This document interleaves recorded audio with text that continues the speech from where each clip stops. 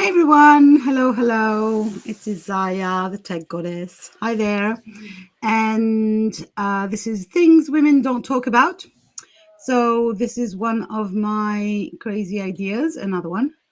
I'm going to get my senses back. So this is one of the things that I do with guests. So this is the second time I have a guest. I'm really excited. Tonight I have Kristy. So I'm going to present a little bit of what this whole thing is going to be about, and then I'll tell you who Kristy is. So Things Women Don't Talk About is basically, the idea came because I realized that there are many things that women don't talk about. It's like it's not polite, or it's too deep, too difficult, or not serious enough to be broadcasted. It's too mundane. We're not going to be talking about that. We are spiritual entrepreneurs. We need to have high elevator topics, or sometimes the subjects are too dark, or too sacred, or too light, or too fun. Basically, there's so many things that we don't talk about when we come live or recorded, for that sake. And I thought, hey, that would be fun. I have a bunch of friends who are very good at talking at subjects that we don't talk about. So I thought, let's do this. And of course, one of the first people I wanted to invite in this is Kristy. So Kristy Iris, meet Kristy. Hi, Kristy. I never know which side of you I am, so Yeah. And so Kristy does some amazing things, some magic things to her home and yours. And she usually collaborates with conscious creatives in order to connect their home and their soul. And but I'm going to, as I do, because she knows herself better than I do, let her introduce herself for a couple of minutes. Welcome. I'm really excited.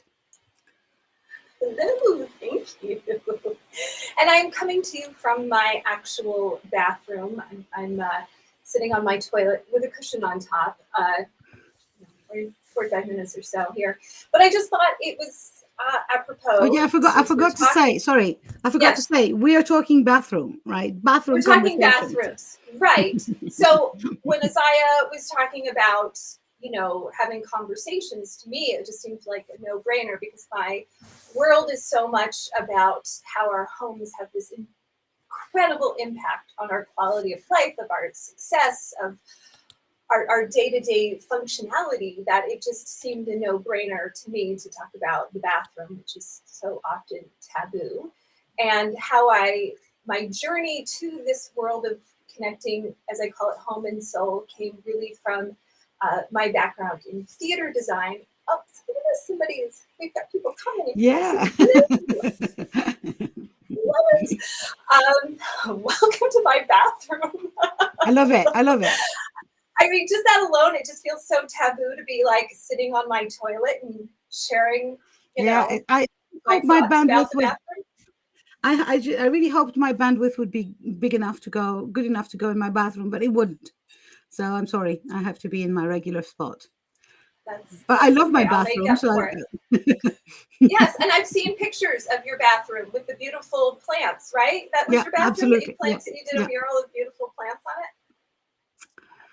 Yeah. So bathroom conversations is about weird moments that happen in bathrooms, hilarious stories, deep, meaningful, life-changing instants. There are so many things that happen in bathrooms. And when you said, hey, let's talk about bathrooms, I thought this is so rich. I'm not even sure. So I forgot to say that these conversations are not supposed to last more than 45 minutes, which is going to be a challenge for the both of us. Yes. But if it seems that the bathroom thing needs more, we can do a second episode, because I believe that when you said bathroom, it just like made so much sense that it's a part of the house where maybe the intimacy is the most bare, let's say that, and so obviously things would happen then. Yes. But do you want to start us off? Why did you choose it? Why did you suggest it? Well, I think, like I sort of said, I came to this work through doing theater Mm. design. So I've always been a theater kid and got into design, costumes, mostly costumes. And then I got into graduate school as a freshman in this program, and I moved to New York City. And I did a bachelor's and master's degree and designed a lot of crazy experimental theater. And I got to work on Broadway plays and all this stuff in New York City. And what it really was always about for me was the creating make-believe worlds for make-believe people. And I got into set design and lighting design as well.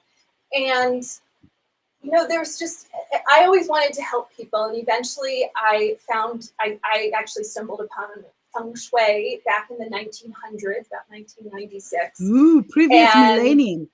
I know, back in, it's so funny to say 1900s. And I started studying it and realized it was a really great idea.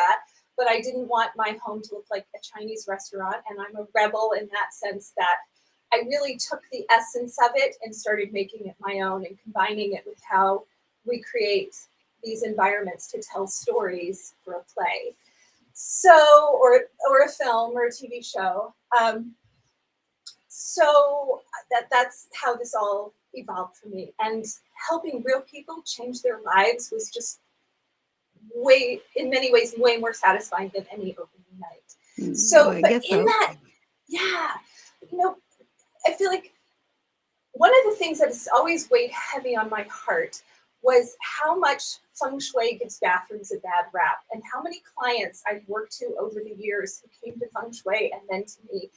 And we're just, you know, I've seen all kinds of crazy things that people have done to even just close off their bathrooms like it's not supposed to exist because, like, you know, poo happens and when you cut the energy, there's all these ways that energy flows out, you know, the sink, the toilet, the tub, all these things, you know, so there's just so much negativity. And for me, it's like, okay, wait a second, like this was 5,000 years ago. Things were a lot less sanitary now. And I got to tell you, some people have $100,000 bathrooms. I've had clients, I would honestly move into their bathrooms and just live there. They were way bigger than any New York City apartment I ever had.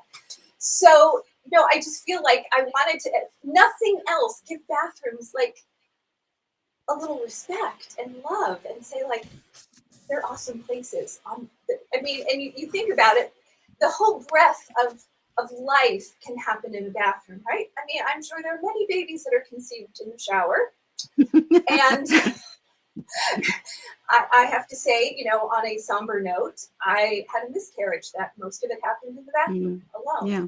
You know, and so I've experienced death in a bathroom and all that went with that. And I did go on to get pregnant again a few months later, and I have a beautiful daughter. I do also want to say I got pregnant twice the year I was 40 naturally. It can happen. Not all women have fertility issues. I just feel like that needs to But be it doesn't said. have to happen in the bathroom, right? We're allowed to do it. TMI. She did. Neither of them were conceived in the bathroom. Just TMI. Since we're already here, you know. But I almost gave birth. I almost gave birth in a bathroom, to be honest, because the day that my son was supposed to come to finally, you know, arrive, I didn't know it, but I was actually building the bathroom, tiling, because I had this crazy nesting energy, and I was, you know, on all fours tiling the bathroom, the floor, and then my water broke. So it was like, okay, let's go to the hospital right now. And the hospital is 45 minutes away. So, you know, the bathrooms. Yeah. Well, But yeah, I want yeah. I want to acknowledge that the word bathroom in itself needs a conversation for me, because as you may know, I'm French. And Yes. when I hear bathroom, I never know if we're talking about a place where there is a toilet and that's it. Because in France, toilets have their own personal room, right? Without even a sink, which, you know, for me kind of calls some questions about hygiene. You know, you poo and then you don't wash your hands. Sorry, what? Or you have to open the door with a handle and then go and open another door to wash your hands in some other place. You know, I was educated or raised in Switzerland, where we don't do like this. We have bathrooms that include a sink and a shower or bath. But in France, bathroom could also mean a tiny little room with just a toilet in it, which to me is like weird, right? Right. And then we have the very, very deep question of the bidet, the very deep question of the bidet, because So in bougie. all of the Yes. northern parts of Europe, there are bidets in every single bathroom. Now in the south of Europe. Now in the north of Europe, not so much. Not so much. I don't suppose that people don't wash there, but this part of their anatomy, but they don't wash it that way. So it's like I believe that there's so many things we don't talk about, not even the actual constitution of the room, and what Yes. happens in there. Yes. Yes. So here in America, a bathroom is considered a sink, a toilet, and a shower or a tub or a walk-in shower. A half bath is just a toilet and a sink, so you always can wash your hands. A half bath, I love that. A half bath. In So my you head, might have the half bath was half a bathtub, like. yeah. So you might have like 1.5 baths, Yeah. So yes, which is often more like in a public part of the home, so that so you're not, wasting your money, like having people, in a shower, installing all that. In Greece, So, in many, not obviously the very poor houses, but the little posher houses, you have a half bath. Now I know that it's called like this. That is next to the entrance of the house, basically. And that's for guests, so that you can have your own bathroom as a huge mess if you want to, with all the duckies for the little ones to play in the bath and everything. But then you have the guest half bath, which is like posh and smells good Right. Yes, maybe has pretty like soaps and the little guest towels. Yeah. Right. That you never use otherwise. And people never actually go there. I mean, like the owners of the house, because you're not going to clean it, so. Yeah. So that's Yeah. But for me, it's mostly a place of intimacy. Like, it's mostly what happens in the bathroom we never talk about, right? Right. First of all, you have, first, I don't know. We're going to go at this in a complete disorganized way. Yeah. Natural flow. By the way, yeah. So for me, one of the big things is the mirrors, or the mirror, if there's only one. But it's one of those, for many people, mirrors are not something that they have in their house because they're not comfortable with their self-image. I used to be that person. And so the bathroom is one where, it's kind of compulsory to have a mirror. And then how do you meet yourself in there? The face, and if it's more than just a face, what about the rest of the body? And it does, plus you're very often kind of naked. Yeah. All that, of course, once you get to be a certain age, then, the magnifying mirror, like I honestly I often wear glasses, but when I'm on camera, I get so distracted by trying to hold my head so the glare doesn't hit my, but I just pulled out the magnifying. I was like, oh yeah, I have one of these. My mom gave it. Now I understand why. Yeah. No, I've had one of those for a long time, but it's my eyes. Yeah. You're a couple of years older than I am, but I've also been half blind for most of my life, so it's like not blind. Oh, me too. But I'm nearsighted. Yeah, but there's all the skin. But in the bathroom, I usually take off my glasses in the bathroom though, because of the steam. So this, which is a very, let's put it this way, a very friendly ally, the steam, because it goes on the mirrors, and then I can breathe more easily. Or I used to be this person. Yes. I have been doing a lot of mirror work over the years, so I'm much better, and talking to the mirror and to the person in there, and reminding that person in there that it's me, basically, and that we're kind of all right. That's such a great reminder. About mirror work.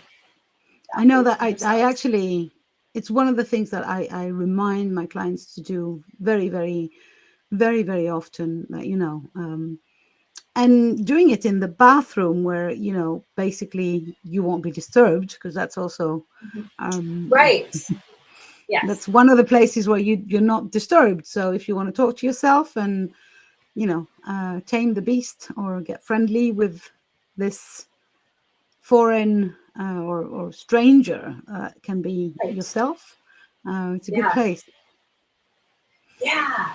Yeah. And the privacy thing took on a whole different thing when I became a mom. Because remember, I didn't become a mom until I was 41. So I had decades as an adult to have my own bathrooms. And so then suddenly I'm sharing, and I have a little girl, so, I'm sharing the bathroom, like, all the time. I mean, my gosh, how many times I've honestly like went to the bathroom nursing her in my arms, doing it all my business one handed, and then she's in the tub every night, and then the potty training. I mean, I remember in our half bath, we had a friend come over and her daughter, and both girls were getting potty trained. We're just learning to use the potty. So we had a big potty with the potty seat on it with the insert, and then we had another little potty sitting on the floor, for options. So there we are in a small space, just a sink and a toilet and a kid's toilet, two adult women who, we were both full figured kind of gals. And our daughters, our 3-year-old daughters, all four of us crammed into the bathroom laughing about having a potty party and singing songs about using the potty. I mean, But that's just, that's one of the things that I wanted to mention, because we said we were going to discuss potty training in yeah, bathrooms, and for me, it's really interesting that this phase of the motherhood phase, or the childhood for the child, right. we have no intimacy, no privacy Yeah. around No, pooping, no, right, and no. around Oh, no. peeing, and around all this. Right. It's just like, Yes. and then as soon as the child is supposed to be potty trained and clean, it's like, nope, I don't want to know. It's like Right. there's this like a huge barrier that comes up. And I remember Mhm. when I was a child. So my parents were hippies, right?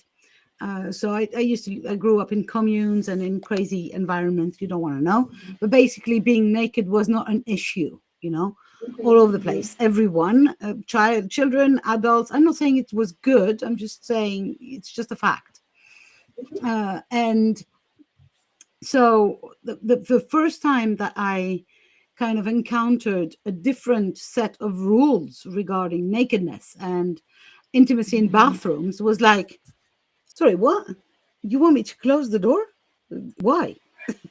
you know so Yeah. Right. uh it just happened. The bathroom was a bathroom, and people came in and out of the bathroom, and somebody was taking a shower and the other person was peeing, and that was normal. Yeah. Yeah. um and so for me, as a 8 or 9 year old, when somebody said, I'm going to the bathroom, and I think I was at a friend's house, and she said, I'm going to close Mhm. the door, and it was like, why? Right. We're in the Yeah. middle of No. a conversation here. You're Right. leaving me to Yeah. go pee. Why can't I come Right. with you and keep on going? So it was like, okay, new set of rules Right. then. Okay, learn something, Yeah. Isaiah. Yeah. um, Yeah. Yeah. I had to say and we've talked about like how American public bathrooms are so open and yeah, public, and yeah, you can see through the doors, and I was never comfortable with that. And then once I realized, like, that was actually, that Europeans were like horrified by how yeah. open Most our Europeans would bathrooms be. are. Yeah, yeah, Yeah, yeah. But I honestly never could poop around anybody. Like, I would hold it forever until I'd get home and poop in the yeah. privacy My of my my own kids are the bathroom. same. Yeah. My kids are the same. Until They yeah. And For and me, now, I mean, yeah.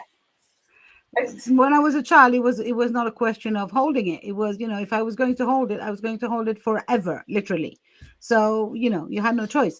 But I right. see that my kids, who I didn't raise particularly with privacy, and we did not live in communes when I was a grown up, but still they left to their own way of doing things. They spontaneously closed the doors and wanted some intimate privacy in there. So I think there must be something innate around but also I remember in a completely different, the privacy in the bathrooms. I have an aunt who I love to bits, and she is British, and she's married to a Greek guy, and they used to come. My Greek uncle, they used to come at my granny's for Christmas. So we had these huge parties, 25 Greek people, loud speaking, a lot of food, never ending conversations, because when you go to Greece for Christmas, you don't just go for the day, you go for the week. So for 1 week, you have 25 people in the house coming in and out, cooking, eating. It's never ending. And my Auntie Jane used to take baths, like mini baths. She would say, I'd go and have a bath, and she would disappear for a whole hour. And I thought, okay, well, she likes to be clean. It never occurred to me that she never, or not all the time, put any water in the bathtub. She just took a very nice, good book and locked herself in the bathroom and had an hour of me time, with nobody speaking Greek to her, because she does speak Greek, but it's like, when you're in the middle of people speaking a foreign language, even if you do speak it, it does your head in.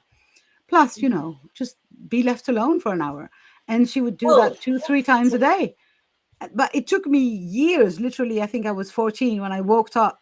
She had forgotten to lock the door, and just opened the door, and there she was, fully clothed in the bathtub with a book. And it was like, okay, so that's what you do.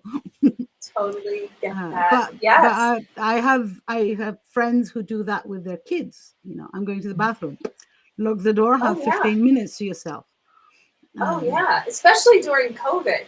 When we had it was all the time. And then there's always the fingers under the door. Mom, you locked the door. Yeah, I did. Yeah. I did, because I need to survive. Please just let me scroll a little longer. Yeah. And then you have the readers or scrollers, or I'm going to confess here, I do my social media on the toilet. I actually give myself 30 minutes in the morning to do my business. So my pooing, literally, and because we're going to say the words here, and my social media.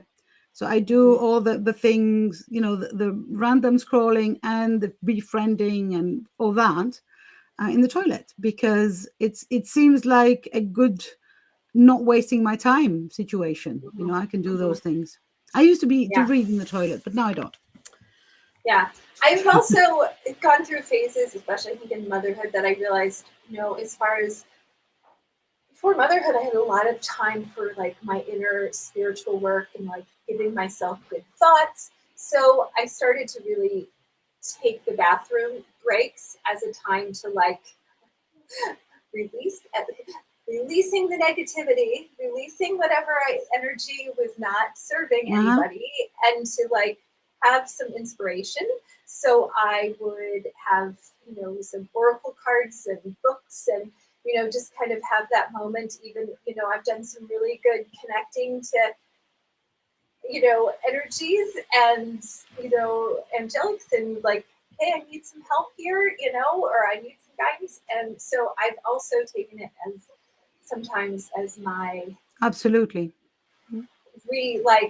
moment to reconnect, because it's, and definitely if we're not talking about the strictly the toilet, but we're talking about the bathroom as a whole, the shower for me is definitely a connecting place. It's like, I get in there, and as soon as the water hits my crown chakra, it's like poof, connect upstairs. It's like oof. And then I feel this grounding thing, and this, kind of all the crap is leaving me. I never anymore just wash out the dirt. I wash the whole thing, and I clean and cleanse at the same time. And I carry crystals when it's time for crystals to come. They come with me in the shower because we might as well. Yeah. And I know that and some moms I'm very open with that during COVID, sometimes the shower was the only time for a little self-love, shall we say. Absolutely. Pleasuring. That was a way to do that. Yeah, absolutely. I used to do that a lot when I was a teenager. The shower thing was a really, really helpful. We're discussing bathrooms. Yes, I know that, bathroom conversations. Welcome. Yes. Welcome. Yes. What are we discussing? This is things women don't talk about, and we decided that we would talk about all those things. And I am in my bathroom. So hello absolutely. From my bathroom. Beautiful bathroom, by the way. Thank you. And yes, it's got a rainbow theme. Let's see, so you can kind of see. Oh, that's both my daughter and I have.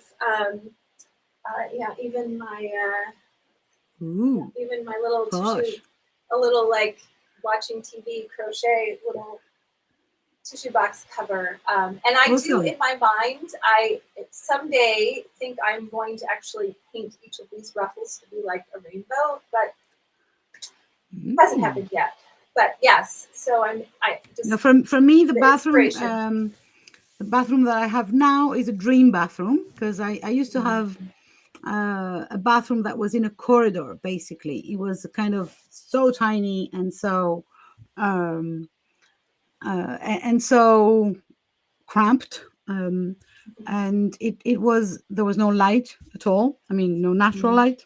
And so when we bought this house, I said I want a bathroom that has a window that I can open the window and look outside. It's my house, but I live in the middle of nowhere, right? So I'm lucky enough that I can shower with the window open and there's nobody there to watch me. So it's like, cool. I mean, the trees can watch me, but I don't care about the trees. And the deer maybe sometimes. Yes, we have, and for the person asking, are you sitting there? I am sitting on the toilet, but I am on a cushion with the seat down. I am not sitting like with my bare butt hanging in the so we're just because we're just like there's the visual. We're professionals, I have pants on today. Thank you very much. They might be yoga pants, but the yoga I don't do, but would like to. But I do have pants on. My butt is not bare. Oh, I have a friend who does yoga in her bathroom because it's the only place of the house where she will be left alone again, and she has just a little space to put her yoga mat, and she goes in there with her earpods. Did you say? And so she can listen to whatever she's supposed to be doing, or to some music. And do her yoga, and that's the only place where her kids won't follow her, or her husband for that sake. So it's like so really bathrooms. You can do yoga in the bathroom. Yeah, this bathroom. I have a granite countertop. I was kind of scared of like coming up from a downward dog. I might bang my head, and somehow being next to the toilet on the floor. But it depends how big is the bathroom. Once again, that's for me. True. My father was an architect, so he used to build most of the homes we lived in, and they basically all had small bathrooms, like tiny, like not very. And for me, it was kind of growing up. I understood that it was also his way of not caring about his body at all, and so it was literally he was dismissing the whole body issue. And I think that the way we treat our body is the way we treat our bathroom. And, it goes both ways. Yes. People that spend the least possible time in their bathrooms, don't want to look at their mirror, don't want to use their bathrooms, or people that, even if they could, because their bathroom is good enough and big enough, they don't. It speaks around, the fact that there is, I think it is the one room in the house where you are most of me is my body in there. I think that's a really good point. How much our self-worth gets played out in the bathroom, even just in, like, how you take care of yourself, how, the products, that do you buy the cheapest products possible? Do you splurge on stuff? Like, where do you find, how much do you put into all of that? I think that just says so much. Yeah, and for me, I was reminded something like 12 years ago, when I had a huge flare-up of psoriasis. So it's a skin disease that I didn't have before and that appeared there. And as from that time, I have been it has been compulsory to really take care of my skin. And before that, I was just the person that would go into the shower and get out of the shower and, let's get to business, basically. And ever since the psoriasis kicked in, it has been going back and forth of, I could feel the pull and the push of, am I going to take care of it? And of course I have to be very, very specific about the products and go all natural and forget about all the shiny, glittery things that are just going to make a mess of my skin. But I can feel, the days or the weeks or the months where I feel like, okay, I'm going to take care of myself. And that implies that I spend time in my bathroom, and then the other days, which is like, forget it. And it usually means that my self-love or my self-esteem goes down the drain with the poop. I have to say. You were saying earlier about that the feng shui idea that energy is leaving, blah blah blah. I understand the Chinese thingy, but it also means that it's the one place that you can get rid of crappy energy, of junky energy, of anything, literally that you don't need anymore. So you can make every part of the release some ritual. Yes, absolutely. Yeah, and that's how I kind of feel. Like I'm just like releasing all the energy. The Chinese seem to feel that if the main goal is to not let the bad energy in, but once it's in, how do you get rid of it if you don't have a bathroom, basically? That's a good. Yeah. Well, Well, I think it's coming back to it. Things have evolved from when this was first started. And I agree. Yeah, there's definitely. I definitely understand and work with energy flow and how it, often feels better and is more gentle when we move clockwise and we allow the energy to flow clockwise. And and mirrors work a lot with that. And there's a lot to it that I think there's a lot of great common sense. And when we, like a client recently said to me that she wanted to work with me over doing feng shui because she liked my intuitive approach, and that in the East she had found that it was much more about having a structure and the communal, this is how we do things, where I am so not like, this is how everything is always done. I'm like, what's your story? Who are you? And how do we tell that story? And I have a huge toolbox to, for me. One of the things for me is like the 4 directions, in just pretty much any spiritual thingy, their theory, there's a thing about the 4 directions. But it so depends where you live. For me, I live the west, just there, like an hour away, is the ocean. So obviously the west is linked with water, like obviously. Now, if I was living in New York, the west would never be connected with water. And I think giving ourselves permission to do just, to feel the thing intuitively and mostly when we're like you and we're so educated on the subject. So you've got the knowledge, and then you can allow the intuition to kick in on top. So I think it's not just the intuition, it's listening to who my clients are and really celebrating that and understanding that most people do a lot of things already, like to support themselves, and don't always see it, so. Do you I'm just have moving on my do you have toilet. a do you have a final, or not final, but would you have Yes. a piece of advice on, what can we do in any bathroom, something that we could do to be called to spend more time there, or to have more Mm. fun there, or to, I think something I would. find, yeah, in that place of like, for me, it's a place of having, as I'm flowing, I work from home and, parenting stuff, and I'm a newly single mom. So there's just like all this stuff. So my bathroom is this way station. So inside my medicine cabinet, or I like to think of the health cabinet, medicine, I don't even know, but I have a whole vision board on the inside. So I open it up, and sometimes like when I'm brushing my teeth, I'm reading the positive affirmations in there. I do love to sometimes put positive affirmations on the mirrors. I have one of those fancy Cricut machines, so I cut the vinyl and stick it on. But Post-its work great too, or even an old lipstick on the mirror. I think just creating it how I think letting it be a place of as you release, what are you bringing in? In fact, when I lived in San Diego, I had a whole vision board, and I put a picture from this very posh neighborhood in Rancho Santa Fe, which is like considered the Beverly Hills of San Diego.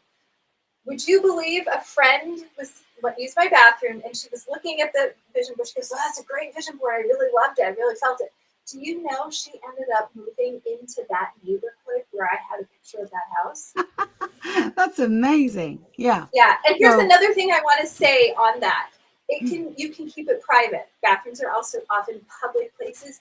You can put all kinds of affirmations and vision boards behind pictures. See, I was going to say, I think behind this picture, but one of the pictures on the wall that I showed you has a bunch of affirmations behind it so that it's private. Our subconscious mind remembers everything, but so we don't have to see it, and you can keep it private. You don't have to plaster all of your heart's desires for everyone to see. So there's that.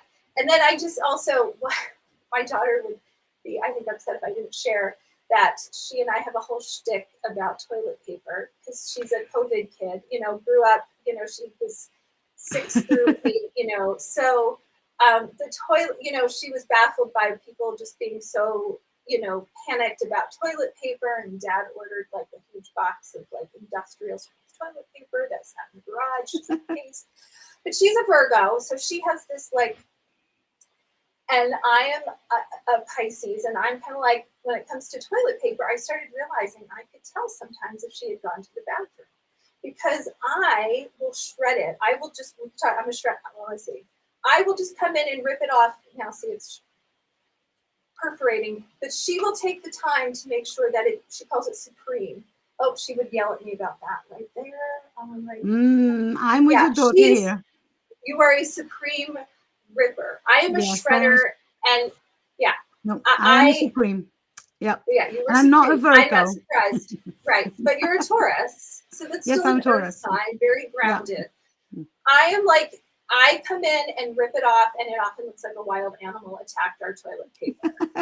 And one day, I was in here, and I'm trying to get her off the toilet, and I'm like, I gotta go. So I just ripped it for her, and I started ripping it like this, and it just kept going. Oh yeah, the look on her face was like, I can't believe I'm related. Sheer panic. Horror. She was horrified, because it was like 3 feet, and I'm like, oh, it's just not stopping. And she was horrified that like, I mean, she really looked at me like she couldn't believe that she was like related to me, like. Yeah, that makes sense. That makes sense. But the toilet paper thing is, for me, last year or the year before, when COVID hit, and the whole, there is not going to be enough toilet paper. I was like, hey guys, we're talking in a situation that we might be locked in for 6 weeks, 6 months, who knows? And, food we should worry about, as in, fast, because except for us, I'm lucky to live in the middle of nowhere, so I could, grow a garden. if we came to that, or if I could just go and forage. But most of you guys who live in cities and towns and suburbs, it's Right. like food. Yeah. Now, Yeah. wiping your ass, are you going to seriously having a nervous breakdown because you can't wipe it with a 3-folded thingy or a three? Right. How do you sort? How do Yeah. And it's like, Fly. okay, Yeah. this is the emergency. All right, then, sure, why not? Yeah. It was kind of, for me, it was kind of, and today I was reading again that they're having some issues with formula, or there are things that are missing that are for me way more dangerous than toilet paper. But I want to end up this conversation because we're going towards the end, right? So Yes. my participation would be to tell you about my plumber's theory around bathrooms. So we built this house. Well, it's a very old house, so we renovated this house to be a bed and breakfast 20 years ago. And so we have 8 bathrooms in the house, right? 5 kitchens, 8 bathrooms. So it's like, we got to know our plumber intimately. He knew my kids. He mostly spent 2 years working for us. And one of his very, very basic theories was, okay, he used to say, I believe that water should not be brought into the house. Let's have all the bathrooms and toilets outside, at the back of the garden. Forget it, because water in the house is always going to leak. There's always going to be a mess. And I thought that was so funny. The guy was making a living. He was 50 something years old. He was making a living creating toilets Yes. and trying to convince us that, forget it, just don't do it. Never mind. And I thought, okay. Well, that would But be I good feng agree. shui. But I agree that for having 8 bathrooms and having lived in this house for 20 years, we've had numerous leakages and problems, and so yeah, maybe the whole concept of a bathroom is to be revised, also. And in France, it's very fashionable to have now these dry toilets that are completely ecological. Ooh, I see your face. People won't see you on the podcast, but no. I know. I feel like Yes, okay. yes. So Yes. these are Yes. called dry toilets. And we're not talking showering, right? But we're talking Yeah. literally pee and poo.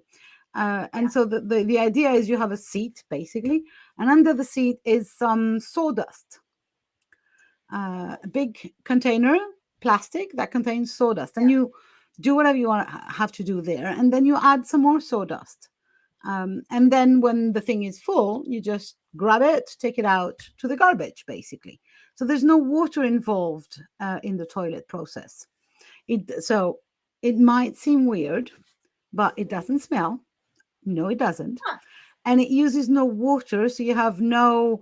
I remember also this drawing. I don't know if you've seen that on the internet. There's this little girl in Africa, and she's literally starving, or and she is by a river that is dry. You can see that the river is dry, and they've got a cartoon bubble upside her, and it says, seriously, you're telling me you're wasting drinkable water into your toilets? And it made, that's why the dry toilet thing does not seem like a completely stupid idea.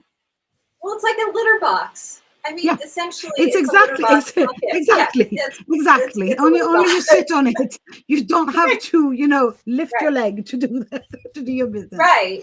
But Yeah. so these in Europe are very fashionable, and I've seen them in Germany, for instance, who are very, very ecological country. They have those even in public offices and supermarkets. In like, it's growing basically. The Yeah. idea that water does not need to be involved into the pooing situation or the peeing situation.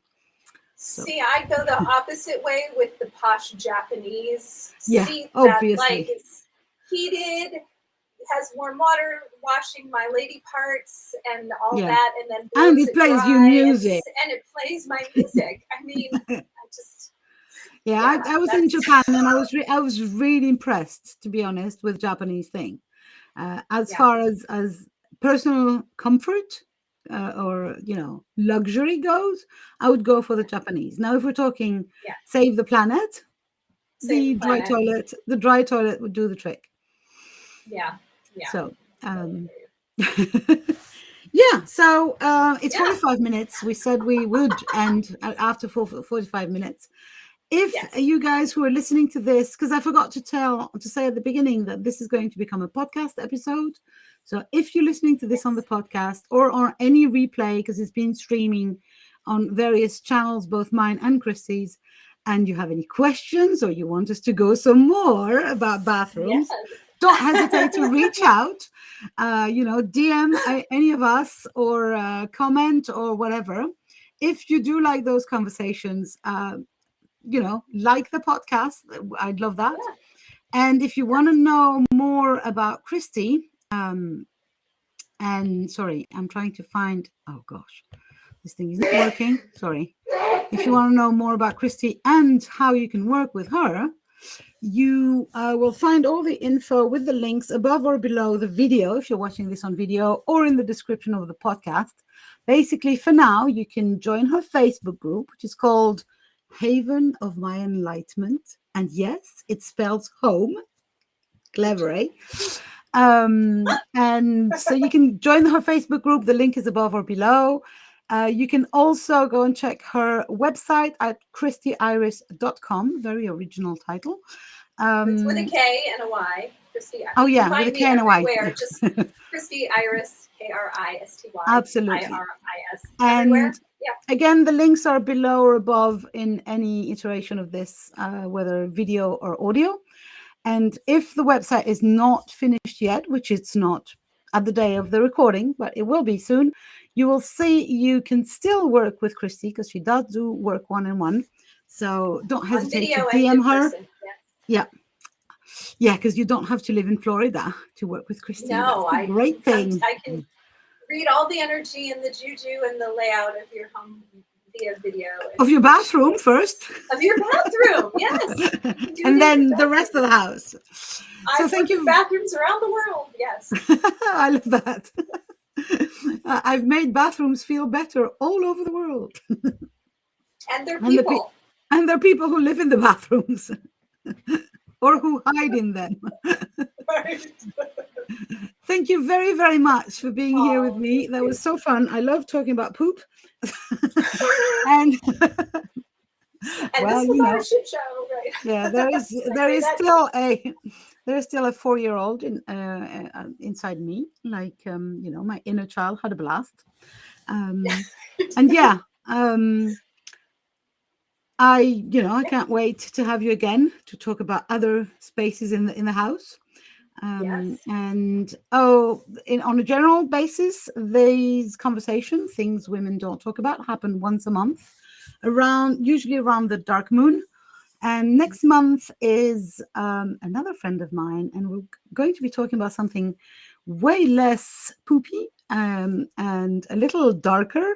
We're going to be talking about imposter syndrome. So if you want to join me and Lynette Jurotka on next month, I don't have the date yet, but you will find everything in when the date comes closer by, in roughly 4 weeks.